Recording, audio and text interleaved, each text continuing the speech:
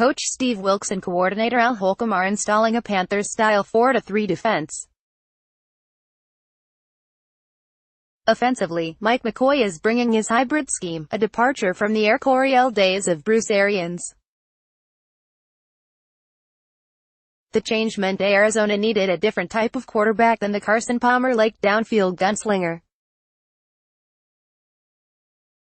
The Cardinals gave Sam Bradford a lot of money in free agency, then gave Mike Glennon a lot less. That was before UCLA's Josh Rosen fell to no. 10 overall in the draft, a perfect spot for Arizona to trade into for its QB. Beyond the new quarterbacks, so many moving parts require a deep dive into the Cardinals' depth chart changes to get a better grasp of their 2018 outlook. Quarterback: the starting job will come down to Bradford or Rosen, with Glennon serving as the early season backup. Bradford is getting back to work after the season-ending knee injury that derailed his 2017 season in Minnesota. With his experience at age 30, Bradford has proved he can pick up a playbook quickly. That, along with the $15 million guaranteed he's being paid, gives Bradford a built-in lead. But as much the Cardinals have Bradford tabbed as the default starter, it's hard to ignore Rosen, who reportedly impressed throughout the spring. He was the most pro-ready quarterback in the draft class, so this shouldn't be a surprise. Given Bradford's shaky durability history, Arizona would be smart to accelerate Rosen's work in training camp and prepare him like a number one rather than grooming him slowly as a no. 3. Bradford, even when fully healthy, is physically limited compared to the rookie.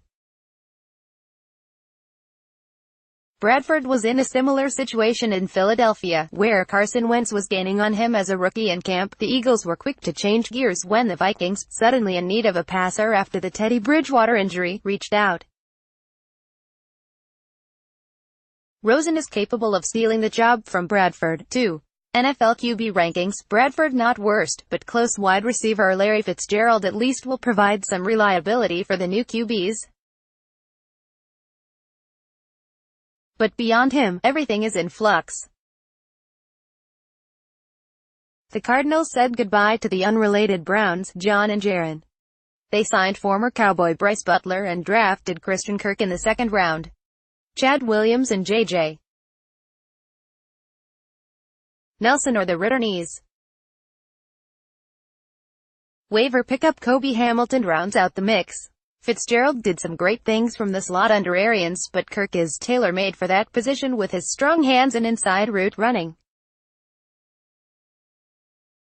The Cardinals under McCoy will still use plenty of 3 receiver sets, so Fitzgerald and Kirk should be on the field together more often than any other duo.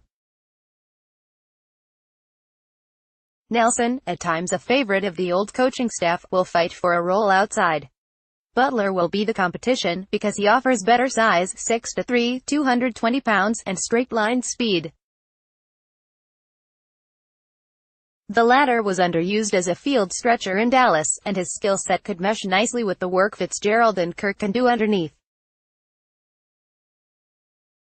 Williams was overwhelmed as a rookie third-rounder and played very little last season. At this point, he has his work cut out for him to make sure Hamilton doesn't take his roster spot. As for replacing John and Jaron Brown, Kirk and Butler are the best options to deliver in McCoy's versatile passing game. Tight end in the Arians era, this position offered more than solid blocking. That made last year's mid-season, 2-game burst from Ricky Seals-Jones stand out as he showed off his size and athleticism. Jermaine Gresham played well in his inline role, but he is turning 30 and coming off an Achilles injury in the season finale. McCoy loved deploying tight ends in the passing game with the Chargers, given he had future Hall of Famer Antonio Gates. But his second stint with the Broncos last season became a disappointment as injuries and inconsistency kept a key receiving tight end from emerging. Like running back David Johnson, Seals Jones once was a wide receiver and can play like one with more move opportunities. Whether it's for Bradford or Rosen, Seals Jones looks the part of a reliable tight end at 6'5", 243 pounds. He can build on the flash he showed with Blaine Gabbert, of all QBs, in 2017. More NFL rankings, stadiums, general managers' offensive line. The Cardinals are set at left tackle with ever-improving DJ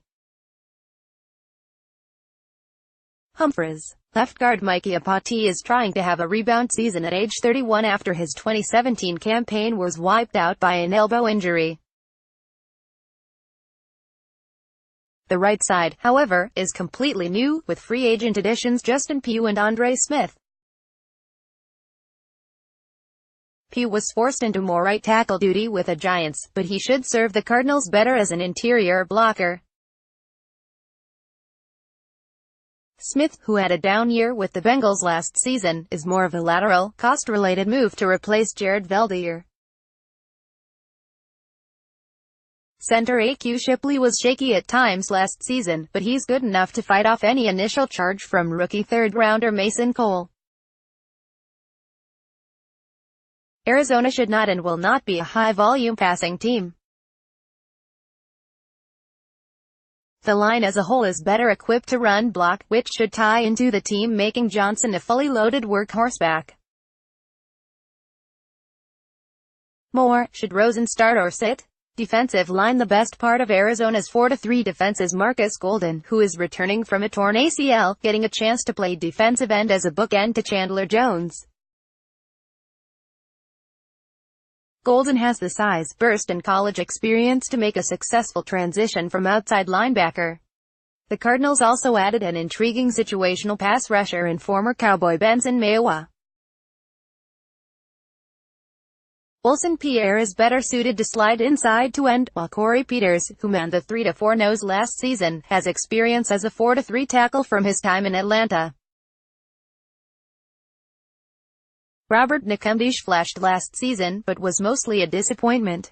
Dropping him down to a rotational role might give him a spark and, in turn, boost the inside rush. Personnel-wise, the Cardinals were well-equipped to make their scheme change. Like he did with the Panthers, Wilkes will try to get the most out of his defensive linemen's skill sets. Linebacker. There are more concerns with the scheme change here, as two players need to forget the troubles they had last season.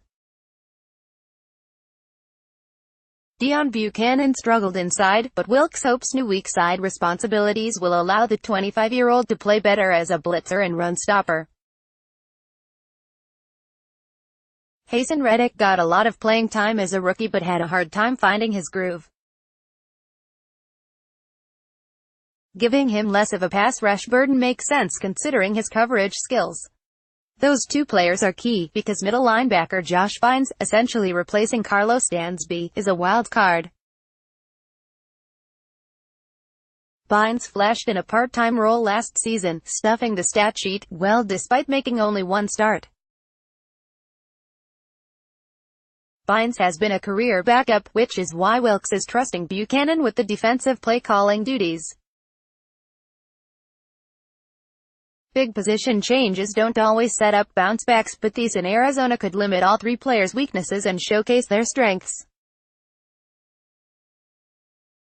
Ranking QB rooms, how Arizona stacks up secondary. The Cardinals found a viable no.